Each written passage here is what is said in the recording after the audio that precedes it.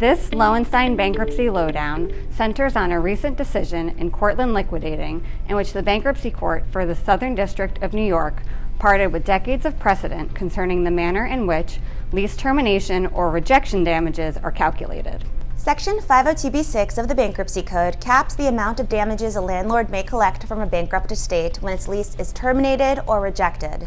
Courts disagree on whether the 502b6 cap is intended to apply to the time left under the lease, also known as the time approach, or the total amount of rent coming due, known as the rent approach. The rent approach is considered more landlord-friendly because it allows a landlord to factor in certain scheduled rent accelerations for the life of the lease.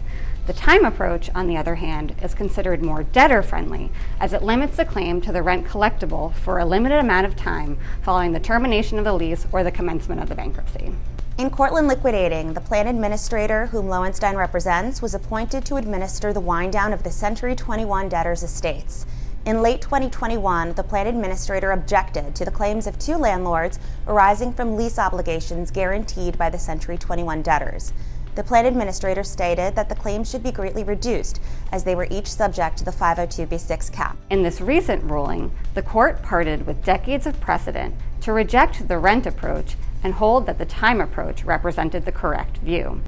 The court found that the plain language of the statute, the strong support in the legislative history, and considerations of equity and fairness supported the court's decision. As evidenced by the claims at issue in Cortlandt, the difference between the two approaches can be considerable.